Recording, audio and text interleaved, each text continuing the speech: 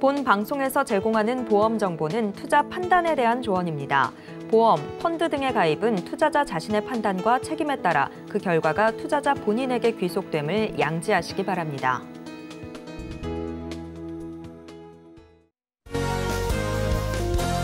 네, 시청자 여러분 안녕하세요. 알기 쉬운 보험 정보로 여러분들의 인생 설계 함께하고 있는 인생 설계 원픽 진행의 김혜연입니다.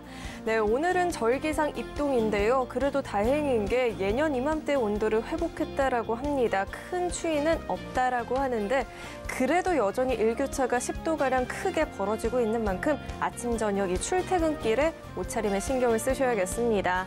또 무엇보다도 이 독감과 코로나19가 동시 유행하는 트윈데믹이란 말도 생겨나고 있는 만큼 건강관리에 신경을 쓰셔야 될 텐데요. 이 건강관리만큼 중요한 보험관리는 오늘 저희 방송과 함께 보시면 좋을 것 같습니다.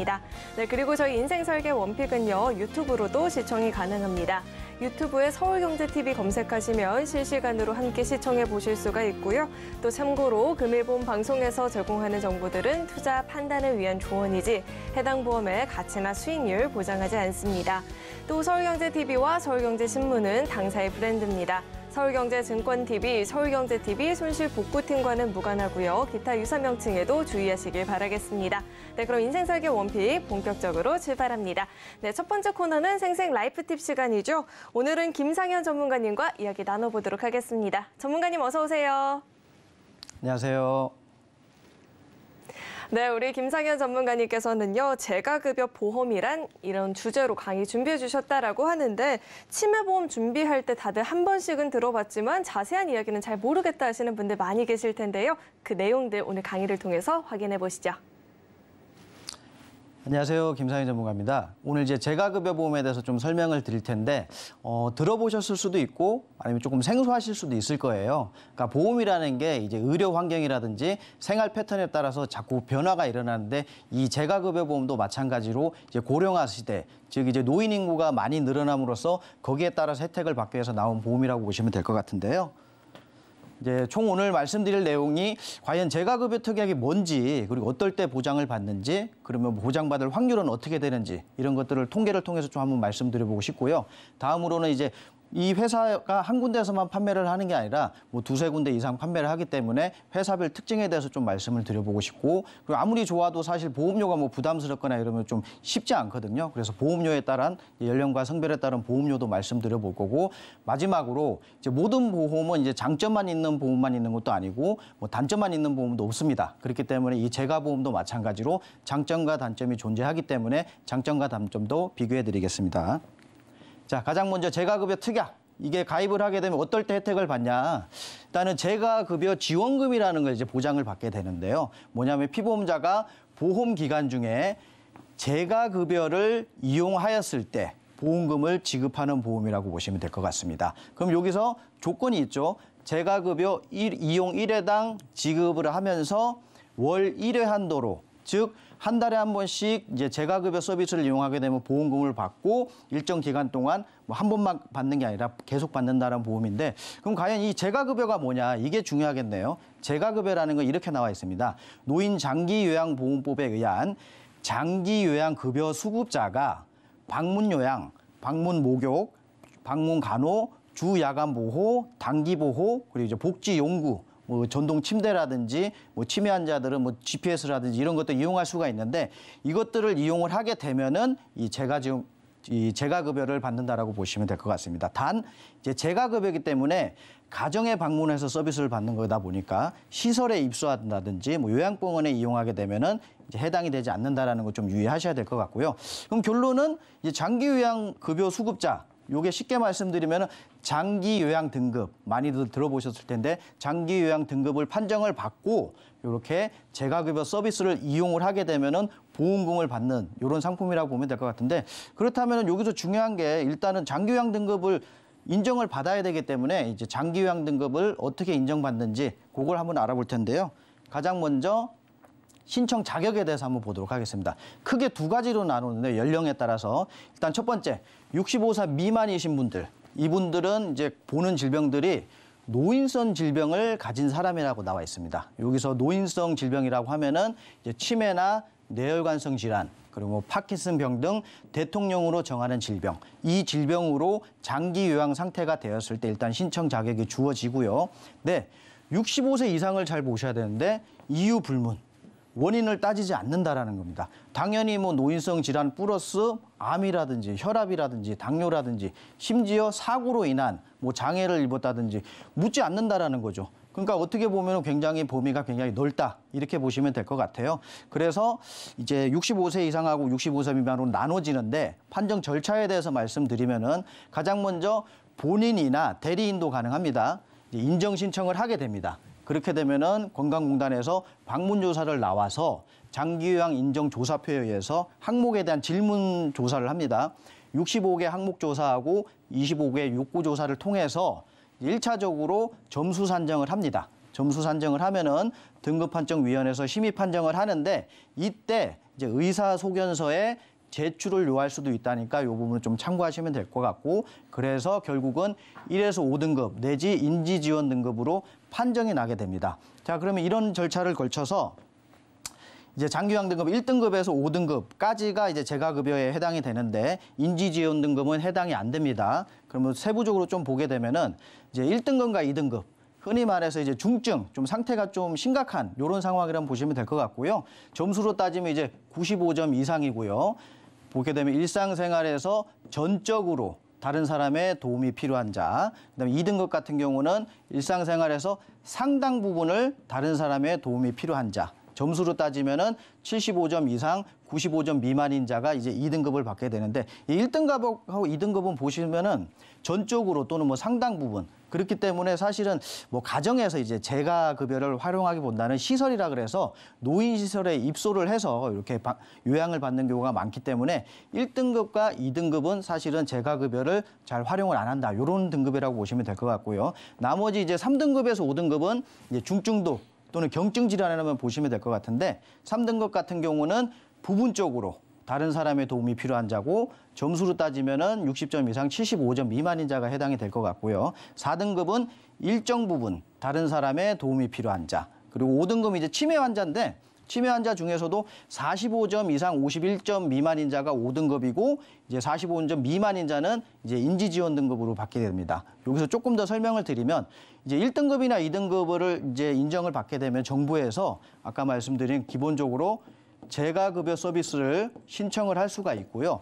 플러스 시설, 노인시설에 입소가 가능합니다. 둘 다 이용이 가능하고요. 이렇게 3등급에서 5등급을 인정을 받게 되면 원칙적으로는 재가급여 서비스만 이용이 가능합니다. 그런데 등급위원회에서 인정을 할 경우에는 시설급여도 이용이 가능합니다. 자, 그래서 이 보험 같은 경우는 이제 1등급이나 2등급을 받으시는 분들은 재가급여보다는 보통 시설급여를 이용하기 때문에 해당 사항이 좀 어렵다고 보시면 되고, 3등급이나 4등급이나 5등급을 인정을 받게 되면은 실제로 재가급여 서비스를 다 이용을 하기 때문에 뭐 굉장히 이분들한테는 도움이 큰 보험이라고 보면 될 것 같아요. 그래서 과연 이제 현재 인정자가 얼마나 되는지, 신청자가 얼마나 되는지, 그게 많아야 아무래도 확률이 높아지겠죠. 그거 한번 통계를 한번 보도록 하겠습니다. 이게 21년도 바로 작년인데 인정 신청자하고 인정 현황입니다. 갖고 현재 이제 작년 기준으로 봤을 때 노인 인구가 총 이제 890만 명 정도 된다고 합니다. 노인 인구라 그런 거는 65세 이상을 산정을 했을 때 총 890만 명의 노인 인구 중에 이 제가 그 장기 요양 인정을 신청한 사람이 128만 명 정도가 일단 신청을 했다고 합니다. 자, 근데 그 중에 등급을 판정받은 분들은 한 109만 명 정도. 그래서 이제 인정자는, 신청자 대비 인정자는 한 86%. 그리고 총 노인 인구 대비 인정률 10% 정도.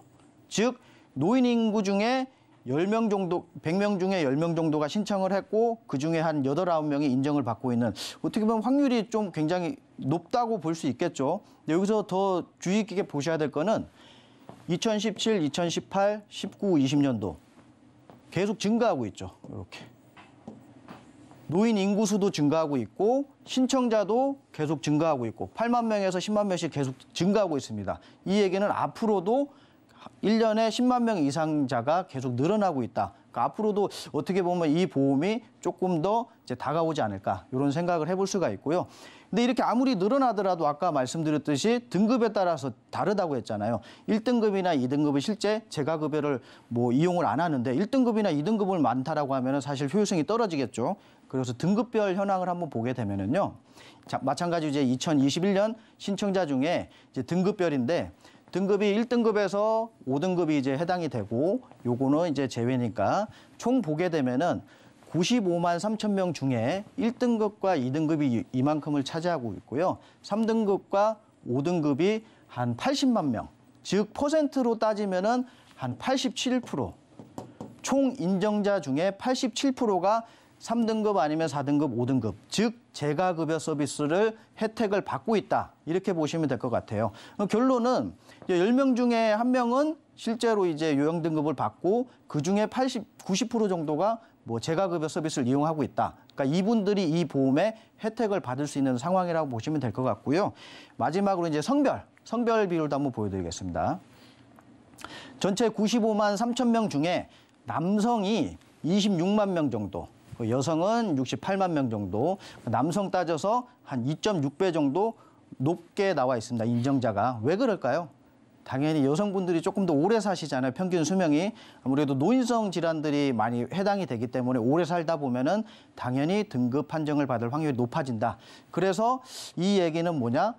보험료가 남성 대비 좀 비쌀 수밖에 없겠죠. 대부분의 보험 뭐 진단비나 수술비는 보통 남자들이 비싸거든요. 근데 이렇게 노인성 질환들, 치매나 뭐 재가급여라든지 간병인이라든지 이런 것들은 보통 여성분들이 보험료가 좀 높으니 참고하시면 될 것 같고요.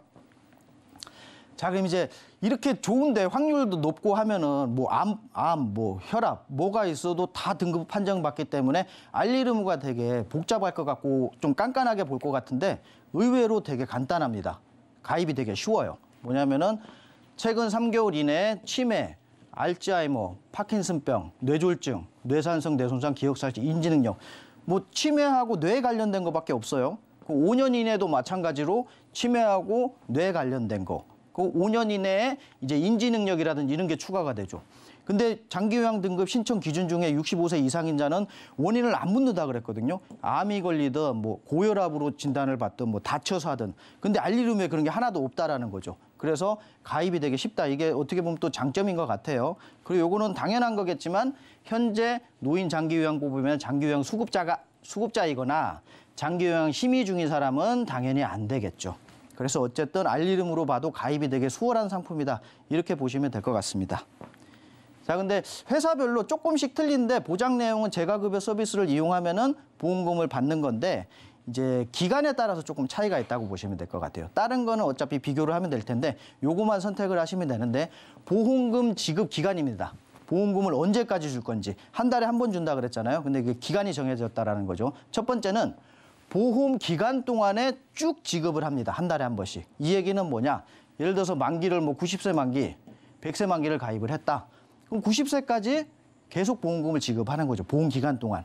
뭐 예를 들어서 65세에 이제 등급 판정을 받고 재가급여 서비스를 이용하면은 90세까지 한 25년가량 이렇게 지급을 하기 때문에 굉장히 넓죠. 근데 반대로 다른 회사는 보험 기간 중 최대 10년까지만 지급하겠다는 회사가 있습니다. 물론 여기서 회사별로 3년, 5년, 10년 이렇게 나오는데 최장 지급이 이제 10년이기 때문에 위의 조건에 비하면 굉장히 불리하죠. 65세에 등급 판정을 받더라도 90세 만기지만 10년만 지급을 하기 때문에. 그래서 보험 회사를 선택하실 때는 이렇게 보험 기간 동안 지급을 해주는 회사를 선택하시면 될 것 같습니다. 그래서 만약에 이 회사를 선택하면은 보험료를 한번 보시게 되면은 일단 지급 조건은 재가급여 지원금 50만 원. 즉 재가급여 서비스를 이용하게 되면 매월 50만 원씩 언제까지 20년 납입에 90세 만기 기준이고요. 남성들 같은 경우는 이제 40세에는 23,500원, 50세는 3만 원, 그리고 60세는 39,500원. 뭐 어떻게 보면 굉장히 저렴하죠. 이제 90세까지 계속 보장을 받을 수 있고 매월 50만 원씩 받는 조건인데 여성들 같은 경우는 똑같이 40세는 35,500원. 그리고 50세는 39,500원, 60세는 52,000원. 그래서 남성 대비해서 뭐 30에서 38% 정도 보험료가 비싼 걸 알 수 있겠습니다. 자, 그럼 마지막으로 이제 장점과 단점 요 설명드릴 텐데 뭐 앞서 말씀드렸지만 장기 요양 등급 인정 자체가 굉장히 확률이 높아요. 그래갖고 넓은 범위의 노인성 질환을 대비하기 굉장히 좋다.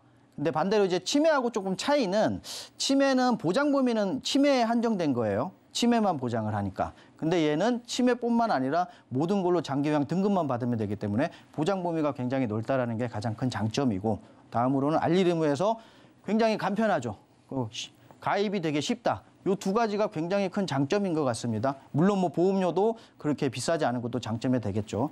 근데 가장 중요할 게 장기 요양 등급만 받는다고 보험금을 받는 게 아니라 재가급여 서비스를 신청을 해서 받아야지만 보험금을 받는 거, 이게 하나의 단점인데, 반대로 생각을 해보면 이 보험을 가입을 했는데 내가 장기 요양 등급을 받았다라면은 당연히 재가급여 서비스 신청하겠죠. 그렇기 때문에 이거는 굳이 따져봤을 때 단점인 것 같습니다. 그래서 이렇게 봤을 때 좀 필요성이 있다라고 저는 보는데, 만약에 필요성이 있다고 판단을 하셔서 준비를 하실 때는 늘상 말씀드리지만 보험회사 한 군데 무조건 준비하지 마시고 한 두세 군데 정도는 최소 비교를 하고 이렇게 준비를 하시면은 앞으로 이제 노후에 대해서 조금은 편하게 준비를 해둘 수 있지 않을까 싶어서 한번 추천해드리고 싶습니다. 네, 제가 오늘 기사를 한 편 봤었는데요. 한국이 고령화로 받는 압력이 2030년부터는 본격화될 것이라고 합니다. 경제 활동을 하는 인구의 수는 줄어들고 부양이 필요한 인구의 수는 계속해서 늘어나고 있는 지금 같은 상황 속에서 오늘 강의가 정말 꼭 한번 참고해 보시면 좋을 것 같은 내용이었던 것 같은데요. 이렇게 좋은 강의 준비해 주신 우리 김상현 전문가님과는 여기서 인사 나누도록 하겠습니다. 오늘 말씀 고맙습니다. 네, 오늘의 강의 내용 한눈에 알아보기 쉽게 정리해봤으니까요. 화면으로 확인해 보시죠.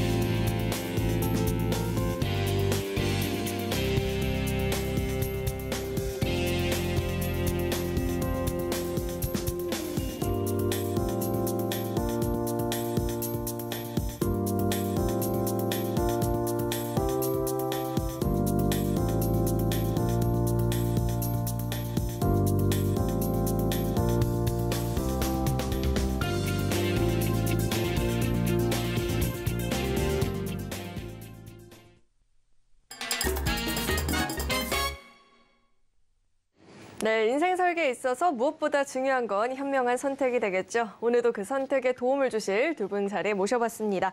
김동희 전문가님 그리고 진동균 전문가님 자리에 나와 계십니다. 두 분 어서 오세요.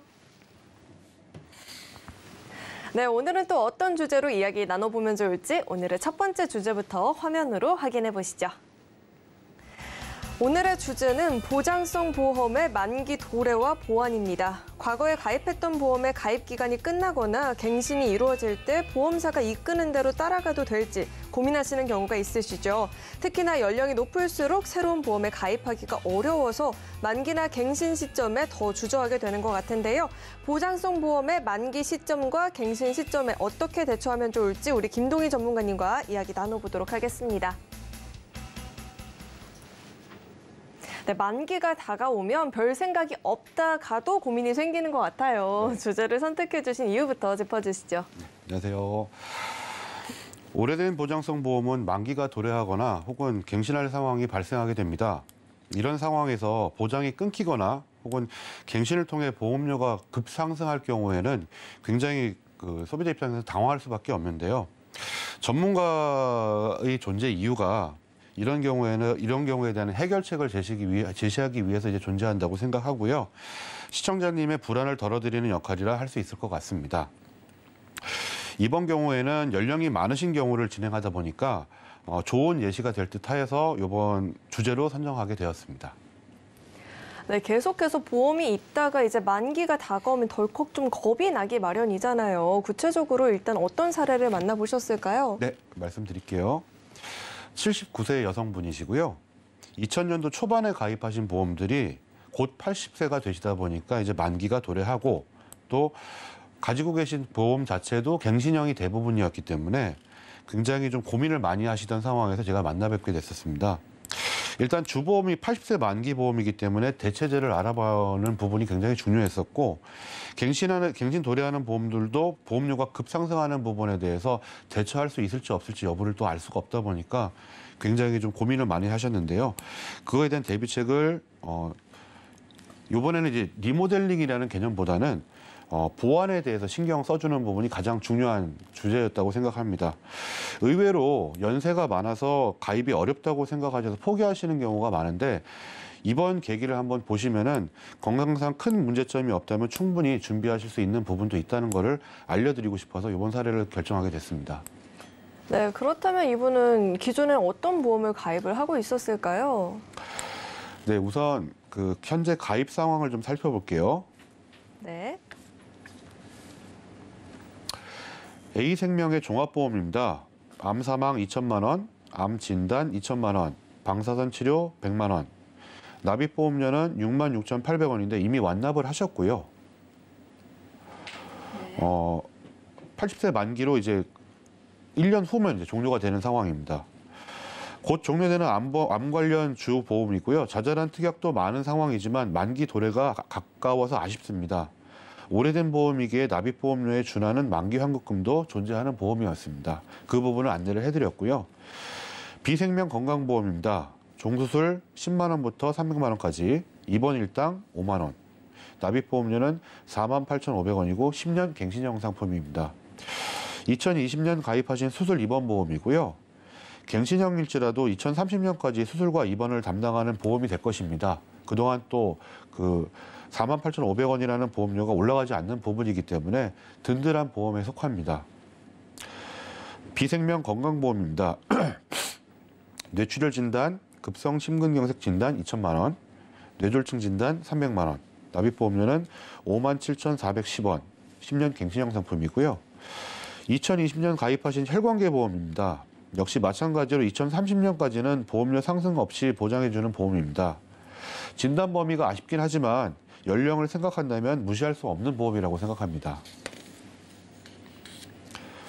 비생명 암보험입니다. 주요 보장 내용은 암진단 1,000만 원이네요. 납입보험료 25,550원, 10년 납 갱신형입니다. 2015년 가입한 갱신형 암보험이고요. 2025년 앞으로 이제 3년 후에 갱신될 예정이며 보험료가 큰 폭으로 오를 수 있습니다. 대비가 필요한 부분입니다. 비생명 암보험입니다. 주요 보장 내용은 암진단 5천만 원, 여성 부인과 질환 입원 일당 5만 원으로 책정이 되어 있고요. 납입보험료 예시는 45,610원, 20년 보장 보험입니다. 이거는 갱신형 상품이 아니고요. 20년만 보장하고 딱 끝나는 보험이기 때문에 암진단비 5천만 원을 지급하는 암보험인데 이제 시청자님께서는 가장 이 부분을 좀 아쉬워하셨어요. 왜냐하면 2023년에 갱신 없이 종료가 되기 때문에 암진단금에 대해서 큰 대비가 좀 필요한 상황으로 보입니다. 네, 전문가님과 함께 기존에 가입했던 이 내역을 함께 살펴봤는데요. 주보험이 80세 만기라고 하니까 이제는 정말 시간이 얼마 남지 않았잖아요. 이 부분이 좀 불안하고요. 서두에 전문가님께서 짚어주신 게 이제 나이가 많다고 해서 보험 가입의 제약이 그렇게 크지 않다 이제는 이렇게 말씀을 해주셔서 어떤 식으로 보완이 됐는지도 굉장히 궁금합니다. 네. 대부분 지금 상품들을 보시면은 TV 광고를 통해서 가입하신 보험입니다. 이 경우 이제 보험료가 저렴한 부분은 굉장히 장점인데요. 정형화된 보험 상품이기 때문에 개인적으로 원하는 특약들을 선택하기 좀 어려운 부분이 있고 보장의 범위 또한 소비자 입장에서는 판단하여 가입하기 어려운 상황일 수도 있습니다. 지금 일단은 현 상황에서의 개선점은 해마다 줄어들게 되는 암진단금에 대한 보강이 필요합니다. 잠깐 표 한번 보실게요. 암 진단금에 대한 추이를 제가 좀 봤는데요. 현재는 8천만 원으로 돼 있는데 2023년 10월 7일 이후에는 6천만 원으로 줄어들고 2023년 11월 15일 이후에는 5천만 원으로 줄어들게 됩니다. 그리고 2025년 3월 18일 이후에는 암 진단금이 사라집니다. 이런 부분에서 굉장히 이 부분을 좀 중시해서 좀 체크를 해야 될 것 같고요. 자, 두 번째, 수술 특약을 보강해서 병원 치료에 대한 부담감을 줄일 수 있도록 준비를 해드려야 됩니다. 이분은 지금 실손보험이 없으시거든요. 그러다 보니까 실손보험에 대한 대안책으로 수술 특약들을 좀 보강할 필요가 있습니다. 세 번째, 혈관계 보장을 넓히는 방안을 좀 강구해야 될 것 같습니다. 네 번째, 시청자의 요청 중 간병 비용이 있었으면 하는 바람이 좀 있었는데요. 이 부분까지도 좀 같이 해결해 드렸습니다. 표 볼게요. 요번에 이제 새로 보강해 드리는 부분입니다. 가손보 종합보험이고요.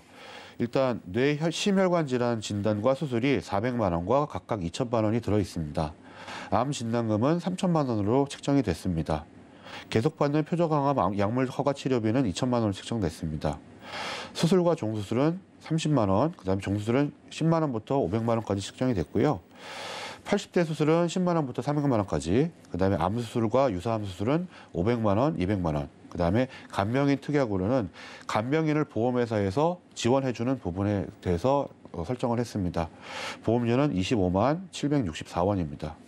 일단 기본적으로 주보험을 만들어드린 부분이고요. 종합보험이라는 타이틀에 걸맞게 가장 넓은 범위를 보장할 수 있게 되었습니다. 두 번째는 병원에서 가장 많이 활용될 수 있는 수술, 아까 말씀드렸듯이 실손이 없으시기 때문에 수술과 종수술과 80대 수술을 3층으로 나눠서 이제 복합적으로 수술을 받을 수 있도록 도와드렸고요. 간병인 특약을 통해서 안정을 취하시면서 치료받을 수 있도록 준비를 해드렸고, 암 진단도 중요하지만 고급 암 치료를 받을 수 있도록 준비를 해드렸습니다. 다음 표 보실게요. 다음 표 보시면은 그 암보험을 좀 추가로 좀 가입해드린 부분이 암 진단 1,000만 원, 그다음에 계속받는 표적 항암 약물 처락의 치료비를 1,000만 원 이렇게 잡아드렸습니다. 납입보험료는 38,230원이고 20년 갱신형입니다. 이 부분은 제가 왜 추가를 했냐면은 원래 가지고 계신 암보험의 그 사이즈가 굉장히 컸었는데 확 줄어들다 보니까 한 보험회사에서 받아주는 또 한도도 또 있는 부분이거든요. 그래서 조금 더 추가적으로 암 진단금과 고급 항암 치료를 받을 수 있는 부분을 조금 더 개선해드렸다고 보시면 될 것 같습니다. 네, 전문가님께서 제시해주신 이 리모델링 덕분에 암, 뇌, 심도 물론이고 각종 수술비부터 간병인 특약까지 원하셨던 부분들이 다 보충이 되는 이런 리모델링이 진행이 된 것 같습니다. 암보험도 추가로 설계를 해주면서 이렇게 탄탄하게 준비가 됐는데 이번 사례에서 추가적으로 주의사항이 있다면 어떤 게 더 있을까요? 네. 이번 경우는 보험료의 절감이 아닌 줄어드는 보장에 대한 안전한 보험을 만들어드리는 작업이었어요. 연금의 일부를 보험료로 감수하실 수 있다고 했기 때문에 지금 같은 설계가 좀 가능했고요. 이 부분은 시청자님의 니즈와 보험료의 상관관계가 매우 중요한 부분일 것 같습니다. 지속적인 커뮤니케이션을 통해서 최저간을 좀 이끌어낼 수 있었고요. 비록 보장의 범위가 좁거나 갱신형의 보험일지라도 연세가 있는 경우에는 손대기 어려운 상황도 분명히 발생합니다. 보완이 충분치 않다면 기존 보험을 갱신 시기까지는 유지하는 부분도 굉장히 중요할 것 같습니다. 또 마지막으로 여러 보험사를 체크하다 보니 꽤 좋은 조건을 알아볼 수가 있었어요. 이번 주제를 선택한 이유도 고령의 상황에서 각 회사마다 가입 조건이 다 다르기 때문에 최선의 점검을 통해서 최적의 제안을 좀 드릴 수 있었던 부분이고요. 제가 마지막으로 말씀드리고 싶은 거는 꼭 포기하지 마시고 가장 좋은 방법을 찾을 때까지 알아보시는 게 제일 좋을 것 같습니다. 네, 고령으로 넘어가면서 이 월 수입이나 건강 상태는 계속해서 급변하기가 마련인데요. 그에 따라서 보험도 보장이 줄어들거나 보험료가 오르기 때문에 무엇보다도 이 안전함을 챙겨가면서 변화에 맞서는 게 중요할 것 같습니다. 네, 참고로 금일보험 방송에서 제공하고 있는 정보들은 투자 판단을 위한 조언이지 해당 보험의 가치나 수익률 보장하지 않는다는 점 꼭 참고해 보시길 바라겠고요. 이어서 두 번째 주제도 화면으로 확인해 보시죠. 네, 오늘의 두 번째 주제는 의료 파산 대비법은입니다. 우리나라는 건강보험이라는 제도가 있어서 대부분의 질병은 큰 부담 없이 치료받을 수가 있죠. 그럼에도 불구하고 치료, 간병, 약비용 등으로 어려운 고비를 넘기는 경우들도 있습니다. 이런 상황에 도움을 받을 수 있는 방법이 있다고 하는데요. 관련한 이야기 우리 진동균 전문가님과 나눠보도록 하겠습니다. 네, 아무래도 우리나라는 정부에서 어느 정도 지원을 해주는 부분이 많다 보니까 이렇게 의료 파산이라는 이야기가 그렇게 막 확 와닿진 않았던 것 같아요. 네. 그런데 이에 맞는 대비법이 필요하다라고 하는데 주제 선택해 주신 이유가 어디 있을까요? 일단 옛말에 일단 김병에 효자 없다라는 말이 있지 않습니까? 근데 이 말은 뭐 다시 말씀을 드리면은 간병에 효자 없다라는 말로도 대체가 가능할 것 같습니다. 그러니까 우리나라는 아까 임씨님께서 말씀해 주셨던 대로 국가 건강보험제도가 굉장히 잘 되어 있는 편이거든요.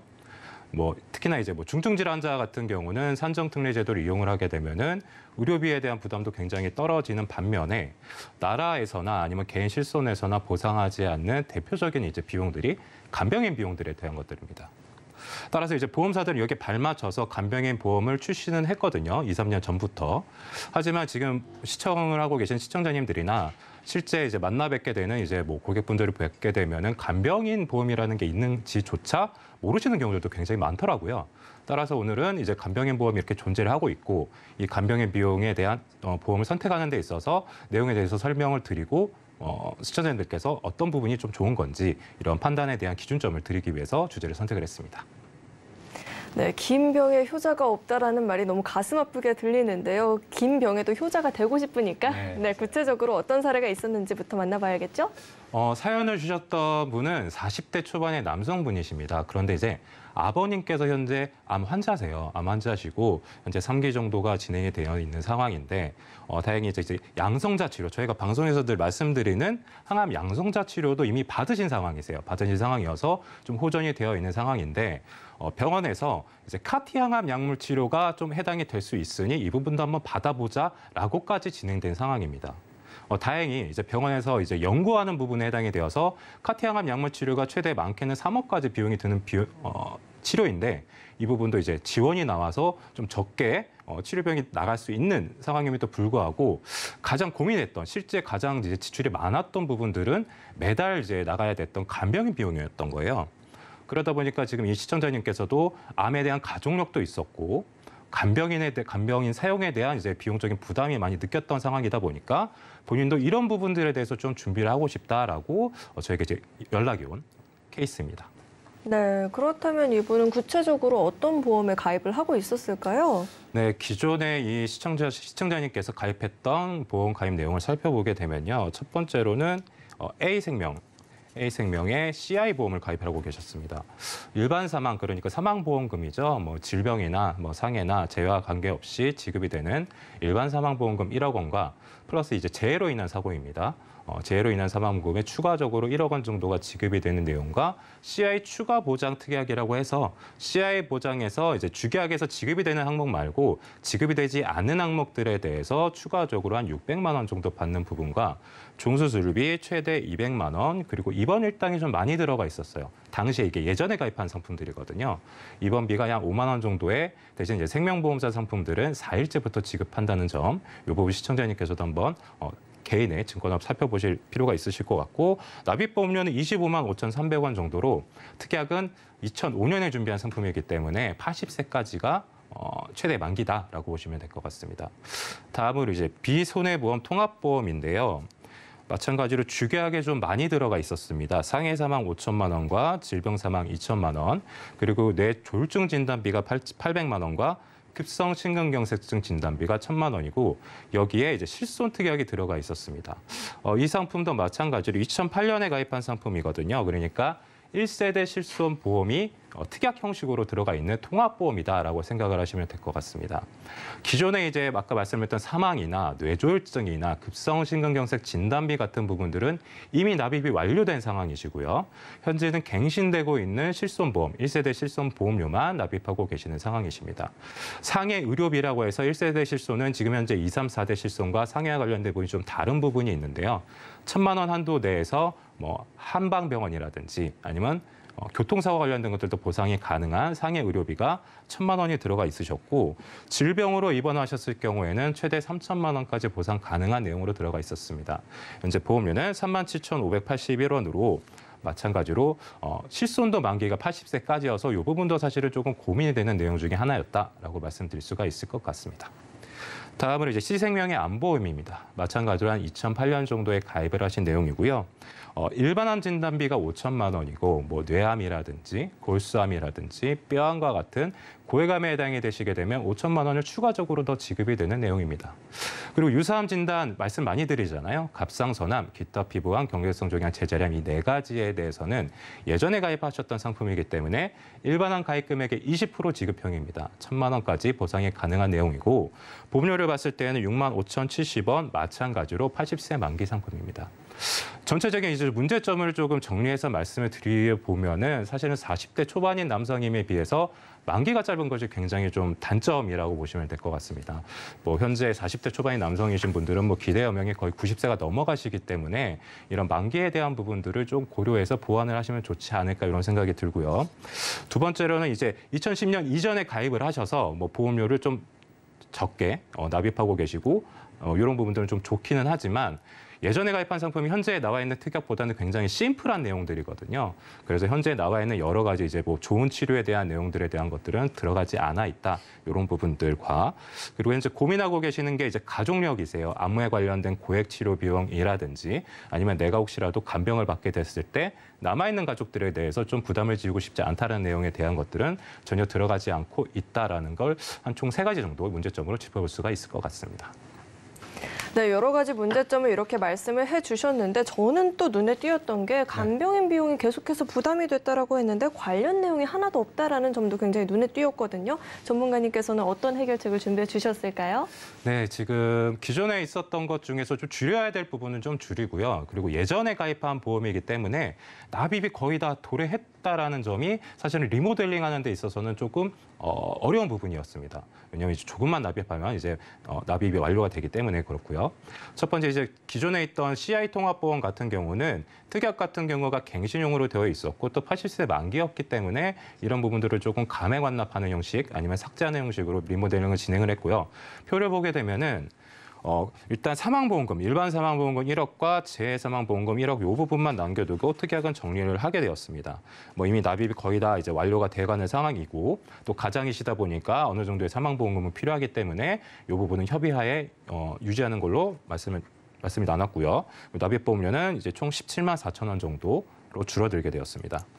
다음으로 기존에 있던 이제 그 실손보험이 들어가 있는 통합보험이 있었잖아요. 이 부분도 이미 기존에 납입이 완료가 됐기 때문에 뭐 보장이 협소하긴 하지만 굳이 뭐 정리하실 필요가 없이 현재 납입하시는 실손보험을 계속 납입을 하시고 다만 지금 시청자님께서는 조금 더 나는 4세대 실손 전환에 대해서는 좀 고민이 많은 편이라서 지금 아직 보험료가 크게 나가지는 않는 상황이다 보니까 조금 더 유지하고 싶다라고 해서 비손해 통합보험도 유지하기로 결정을 하였습니다. 그리고 C생명 통합보험도 마찬가지로 납입이 한 3년, 4년 정도밖에 남지가 않았습니다. 뭐 만기가 80세까지라고 하는 게 좀 단점이기는 하지만 납입하시는 보험료 대비해서는 진단금 크기가 적지도 않은 편이거나 그리고 이제 고해감 같은 경우에는 거의 이제 1억까지 받을 수 있는 부분이 있기 때문에 이 부분은 유지를 하시고 기존에 이제 필요하신 것들로만 이제 보완을 하게 된 케이스라고 보시면 될 것 같고요. 신규로 들어가 있는 거는 좀 시청자님께서의 주 고민이셨던 간병인과 관련된 것들입니다. 준비해드렸던 내용으로는 D손해보험 체증형 간병인 보험입니다. 이제 기존에는 이제 정액 그러니까 가입한 금액을 그대로 지급이 되는 반면에 이 상품 같은 경우는 시간이 지남에 따라 아직 40대 초반이시잖아요. 현재 가입 금액이 실제 간병인이 필요한 60, 70, 80대에는 금액이 굉장히 못 미칠 수가 있거든요. 실제 사용하시는 간병인 비용에 대비해서. 따라서 이 상품 같은 경우는 가입 후 5년이 지날 때마다 가입 금액의 10%씩 체증이 되는 형식이라고 보시면 될 것 같습니다. 내용을 보게 되면요. 요양병원을 제외한 일반 병원입니다. 종합병원인지 상급 종합병원이든지 아무튼 일반 병원에 대해서 간병인을 사용하시게 되면은 일당 형식으로 12만 원 정도가 지급이 되는 내용이다라고 보시면 되고요. 그리고 이제 요양병원을 제외하고 요양병원, 그러니까 일반 병원 말고 일반 병원에서 치료를 하시다가 일반 병원에서 더 이상 입원하실 수가 없는 상황이 오시게 될 텐데 이랬을 경우에는 또 요양병원으로 전원을 하시게 되거든요. 요양병원 같은 경우는 일단 기본적인 이제 간호가 있기 때문에 요양병원 사용 시에는 3만 원 정도에 대한 일당이 지급이 되는 형식이고요. 그리고 간호간병 통합 서비스라고 해서 요즘은 병원에서 아예 통합 서비스 형식으로 이용하는 경우가 있습니다. 그러니까 외부 간병인을 사용하지 못하는 경우들이 있거든요. 이랬을 경우에는 일당으로 2만 원 정도 지급이 되게 되는 것들이고 이 전체 세 가지에 대한 항목이 5년마다 10%씩 체증이 되는 형식이다라는 부분입니다. 납입보험료는 42,081원이고요. 20년 납입하시고 100세까지 보장을 받는 건데 간병인 같은 경우는 간병인 지원 일당도 있거든요. 근데 이 부분은 현재 3년 갱신형, 10년 갱신형만 유지가 되고 있기 때문에 갱신에 대한 부담 때문에 이 시청자분께서는 사용 일당 형식은 이제 비갱신이 가능하기 때문에 비갱신 간병인 일당을 선택을 했다라고 보시면 될 것 같습니다. 그리고 이제 고액 항암 치료비가 있습니다. 이제 기본 이제 일반적인 이제 진단비 말고 실제 우리가 비급여 항목에 대한 치료비에 대한 것들이 많이 출시가 되어 있는데 이 부분도 추가로 좀 원하시는 상황이었거든요. 내용을 보게 되면 기존에 이제 뇌혈관 진단비가 뇌졸중 진단비는 있었지만 100%짜리 뇌혈관 진단비는 없으셨기 때문에 뇌혈관 질환 진단비 1,000만 원과 수술비 1,000만 원 각 이렇게 준비를 해드렸고 심장질환 진단비라고 해서 이제 뭐 기존의 허혈성 심장 질환 진단비에 플러스 부정맥이라든지 심부전증까지 보상 가능한 진단비와 수술비를 1,000만 원 정도. 그리고 이제 고액 항암 치료비죠. 이제 항암 방사선 약물 치료비는 기본적으로 들어가야 되는 항목이기 때문에 500만 원과 표적 항암 치료, 4세대 이제 항암 치료인 표적 항암 치료에 대한 것들 7,000만 원.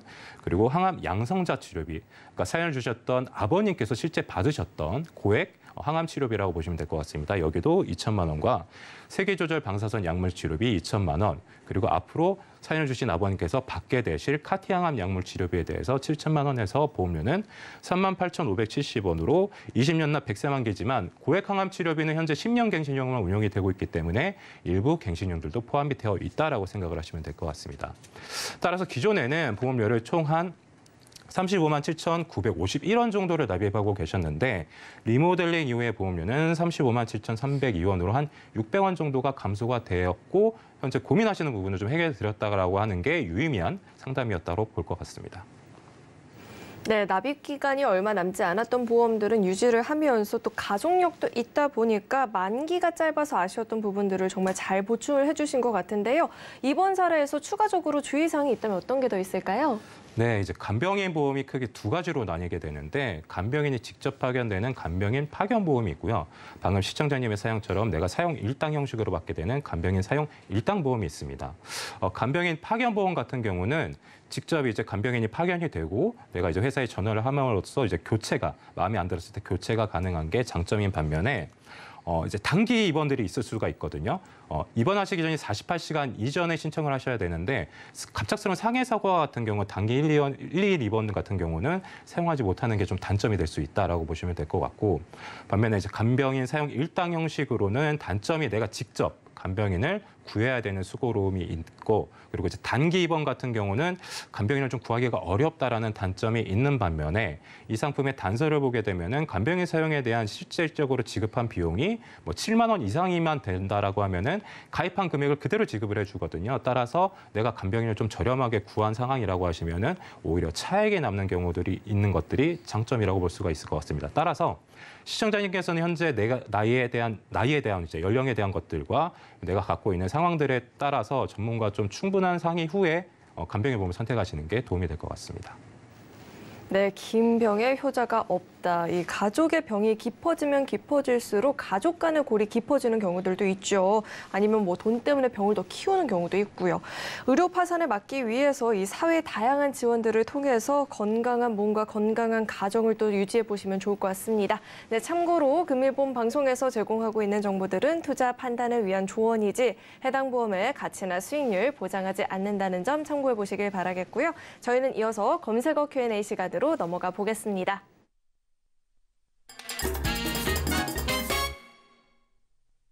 네, 현재 이 시점 가장 뜨거운 이 보험의 키워드를 스피디하게 풀어보는 시간인데요. 첫 번째 궁금증은요. 동물을 키우는 집은 펫 보험에 꼭 가입을 해야 하나요? 이러는데 이 펫 보험이 우리 집 아이를 뜻하는 건지 우리 아이가 아플 때를 뜻하는 건지 아니면 우리 아이가 타인의 물건을 뭐 해를 가했을 때를 이야기하는지도 좀 애매합니다. 펫 보험이 무엇이며 꼭 들어야 하는지도 이야기해 주시죠. 네, 일단 경우의 수를 좀 말씀드리면은 아마 이해하기 쉬울 것 같아요. 일단 반려동물은 이미 가족과 다름없는 존재라고 보시고요. 다만 이제 보험을 들어줘야 되나 말아야 되나에 대한 고민은 좀 많으실 것 같아요. 그렇다면 이제 펫보험에 대해서 제대로 알아보고 효율성을 검토해 보시면은 아마 좀 이해하시기 쉬울 것 같습니다. 일단 우선 펫보험은 우리가 일상생활에서 자주 사용하는 실손보험에다가 특약을 더한 형태라고 보시면 될 것 같아요. 동물병원에서 진료 후에 발생하는 병원비 일부를 돌려받는 개념에다가 특약에 해당되는 상황이면은 추가적으로 비용을 추가로 받는다 이렇게 보시면 될 것 같은데요. 보험회사의 지급 내역을 좀 볼게요. 지급 내역을 보시면은 큰 병보다는 일상적으로 흔히 겪는 질병들의 보상 사례가 참 많습니다. 예를 들자면은 위염, 외이도염, 구토, 결막염 이런 질병들이 대표적인 질병인데요. 혹시 이런 질병들을 자주 겪는 반려동물이라면은 펫보험이 효율적으로 활용될 수 있을 것 같아요. 그렇다면 실제 보상되는 금액은 어느 정도인지 궁금할 수가 있을 것 같은데요. 큰 질병의 경우에는 통보에 따르면 슬개골 탈구는 80만 원부터 300만 원 정도, 그다음에 췌장염은 160만 원 정도, 그다음에 신부정증은 50만 원부터 한 100만 원 정도 발생한다고 하는데 만약에 펫보험을 미리 가입을 해주셨다면은 이 발생 비용의 30%에서 50% 정도는 내가 부담하는 형태가 되고 나머지는 이제 소비가 되는 형태가 될 텐데요. 그렇게 한번 보시면 될 것 같습니다. 물론 펫보험도 보상되지 않는 부분이 있는데요. 예방접종, 중성화 수술, 임신 출산과 관련된 비용은 보상되지 않습니다. 또한 보험 가입 이전 진단받은 질병이나 상해가 있다면 보장에서 제외가 됩니다. 사람의 보험하고 크게 다르지 않은데요. 반려동물을 가족과 같이 사랑하신다면 충분히 고려해 볼 만한 보험이기도 할 것 같습니다. 요즘에 반려동물 키우시는 집안 정말 많이 있죠. 그럼에도 불구하고 이 펫보험을 전혀 모르는 경우도 많이 있는 것 같더라고요. 오늘 이 내용 꼭 한번 참고해 보시면 좋을 것 같습니다. 네, 이어서 다음 궁금증은요. 주차하다가 기둥에 긁혔는데 대물 접수를 하는 게 좋을까요? 진짜 많은 고민들을 하시게 될 것 같아요. 이제 개인의 이제 그 실수로 인한 단독 사고들이죠. 단독 사고들에 대해서 그 차량이 이거를 어떻게 내가 개인적으로 좀 비용을 물고 해야 되나 아니면 보험 접수를 해야 되나 이런 고민이 많으실 텐데요. 이 기존에 이제 그 자동차 보험에 대해서 대물에 대한 자차를 이용을 하시게 되면 이제 수리 비용에 따라 이제 할증이 되실 수가 있거나 아니면 수리 비용이 좀 경미하다 싶어도 3년간 이제 무사고 할인 특약을 이제 받으실 수가 없거든요. 그렇게 되면 이제 좀 고민을 해보셔야 될 것 같습니다. 만약에 할증된 보험료 비용과 뭐 3년간 무사고 할인 비용을 받지 않을 것들을 계산을 해보고 만약에 내가 운전자 보험이 전제는 운전자 보험이 가입이 되어 있으시고 자동차 부상 치료비라는 특약이 있으셔야 되는 것들이거든요. 만약에 자동차 부상 치료비가 있다라고 하시면은 가입 금액에 따라 뭐 10만 원에서 80만 원 정도까지 준비가 되어 있으실 텐데 요 금액으로 내가 개인적인 수리를 하는 게 낫다 싶으면은 이제 자차 처리를 하지 않고 이렇게 하시는 게 훨씬 낫거든요. 이제 추후에 이제 납입할 보험료까지 생각을 하게 되면요. 따라서 이제 이런 이제 내가 지금 현재 운전자 보험 갖고 있는지부터 확인해 보시고 그 중에서도 자동차 사고 치료비가 있는지 이런 것들을 확인해 보시는 게 좋을 것 같고요. 단 이제 2023년 이후에 좀 주의하실 점은 2023년 이후에는 이제 자동차 사고 부상 치료비에서 단독 사고에 대한 것들은 이제 보상이 되지가 않다 보니까 만약에 이런 부분이 필요하시다라고 느끼신다라고 하시면은 조금 더 알아보시는 거를 서두르는 게 좋을 것 같습니다. 네, 전문가님을 한 달만 일찍 뵀어도 얼마나 좋았을까라는 생각이 듭니다. 저 같은 아쉬움이 다른 분들은 없었으면 좋을 것 같고요. 다음 궁금증은요. 보험 가입했을 때 당시 직업과 현재 직업이 다른데 보험회사에 알려야 될까요? 일단 정답은 반드시 알리세요. 네. 왜냐하면 이제 특히 상해나 실손 부분은 직업과 밀접한 연관이 있거든요. 직업군에 따라서 위험률이 다르기 때문에 무조건 보험회사에다 알려야 하고 간혹 통지 의무를 위반하는 경우에는 본인이 손해를 볼 수 있는 경우가 있는데요. 예를 들어서 다음과 같습니다. 통지 의무 위반으로 인한 강제 보험의 해지 혹은 직업군이 다른 관계로 보험금 지급 금액의 삭감 이런 부분은 내가 피해 볼 수 있는 부분이라고 보시면 될 것 같고요. 이 모든 불이익은 보험 소비자에게 귀속되므로 주의가 굉장히 필요합니다. 만일 직무 변경으로 상해 위험이 감소한 경우에는 보험료가 낮아지거나 혹은 납입보험료 중 일부를 돌려받는 경우도 있다 보니까 그런 장점을 받기 위해서라도 무조건 꼭 통지하시기 바랍니다. 한 가지 더 예를 좀 들자면요. 배상 책임보험의 경우에는 현재 사는 거주지에 그 영향이 굉장히 밀접한 관계가 있다 보니까 무조건 이사를 가시게 되면 주소 변경을 좀 권장해드리는데 왜냐하면요. 제 주변 사람 중에서 이제 이런 경우가 있었어요. 오랫동안 가입한 보험인데 배상 책임 특약도 가지고 계셨어요. 근데 누수로 인해 이사 가고 나서 이제 누수로 인해서 타인한테 손해를 입혔는데 배상 책임 보험을 청구할 수가 없었어요. 이유는 주소 변경을 하지 못했기 때문이거든요. 그러니까 이런 상황에 굉장히 많은 비용이 들어갔음에도 불구하고 또 보험료는 보험료대로 보상은 보상대로 해주면서 자기 돈은 이제 받을 수가 없는 상황이기 때문에 안타까운 상황이었습니다. 직업이 바뀌거나 혹은 주소가 바뀌게 되면 무조건 보험회사에 전화하셔서 변경을 하셨으면 좋겠습니다. 네, 직업뿐만 아니라 이 거주지까지도 꼭 알려야 한다라고 이렇게 짚어주셨습니다. 네, 오늘 이렇게 두 분과 함께 인생설계 원픽부터 검색어 Q&A까지 궁금증 해결해 봤는데요. 오늘 도움 주신 두 분과는 여기서 인사 나누도록 하겠습니다. 오늘 말씀 고맙습니다. 네, 참고로 금일본 방송에서 제공했던 정보들은 투자 판단을 위한 조언이지 해당 보험의 가치나 수익률 보장하지 않습니다. 또 서울경제TV와 서울경제신문은 당사의 브랜드입니다. 서울경제증권TV, 서울경제TV 손실복구팀과는 무관하고요. 기타 유사 명칭에도 주의하시길 바라겠습니다. 그리고 저희 인생설계 원픽은요. 서울경제TV 홈페이지와 유튜브 채널을 통해서 다시 보기가 가능하니까요. 다시 보시면서 놓쳤던 부분들까지도 꼼꼼하게 챙겨가 보시면 좋을 것 같습니다. 네, 오늘 저희가 준비한 내용은 여기까지고요. 저희 방송 끝까지 함께해 주신 여러분 고맙습니다.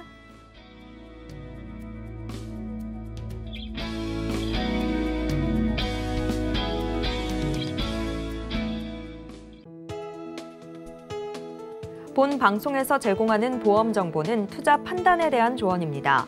보험, 펀드 등의 가입은 투자자 자신의 판단과 책임에 따라 그 결과가 투자자 본인에게 귀속됨을 양지하시기 바랍니다.